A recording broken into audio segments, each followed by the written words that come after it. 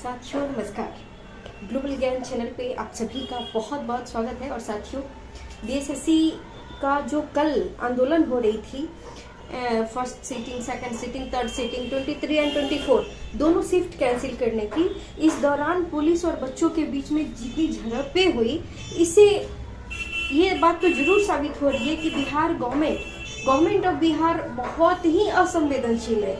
Means उनको कोई मतलब नहीं है बिहार के बच्चों के भविष्य के साथ, बिहार के बच्चों से, उनका जीवन से।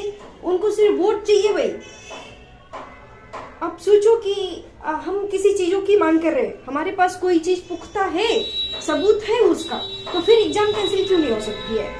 जब एग्जाम सेंटर में मोबाइल अलाउ नहीं है, बावजूद आपका पेपर लीक हो रहा है, सोशल मीडिया पे आ रहा है, तो इसका क्या मतलब है?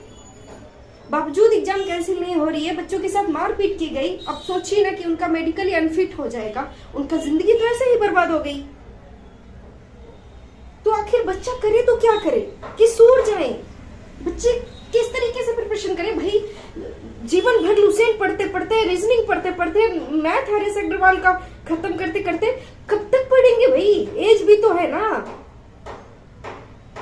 आपको मालूम होगा कि बिहार के बच्चों को जब लालू जी का लाल कहने से तात्पर्य है तेजस्वी यादव, और उनसे लोगों को उम्मीद थी कि हो सकता है इनकी गवर्नमेंट आए तो बच्चों के बारे में सुना जाए, बच्चों के लिए कुछ न कुछ इनको कुछ इस तरीके का कदम उठाया जाएगा। लेकिन हो रहा है उसके बिल्कुल विपरीत। उन्होंने नौकरी देने की बहुत सारी वायदे किए कि नहीं ये, और बच्चों ने और हम लोगों ने भी बिलीव रखा कि हो सकता है निश्चित रूप से बदलाव होगी। लेकिन आप इसका परिणाम देखिए तो ये सरासर गलत है। और ट्वीट लगभग 5 लाख के करीब ट्वीट हुए, इसके बावजूद कोई रिएक्शन, मतलब आप इसका कोई भी आप सकारात्मक परिणाम नहीं दे रहे।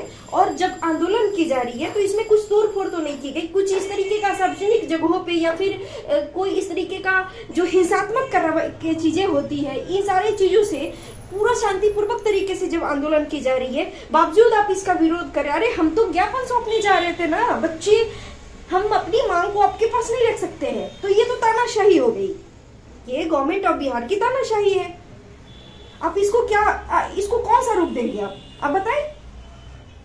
तो ये सरासर गलत है, बच्चों के साथ ये सरासर अन्याय है। और तीनों शिफ्ट का और दोनों डेट का एग्जाम कैंसिल होनी चाहिए, क्योंकि ये अन्याय नहीं होना चाहिए।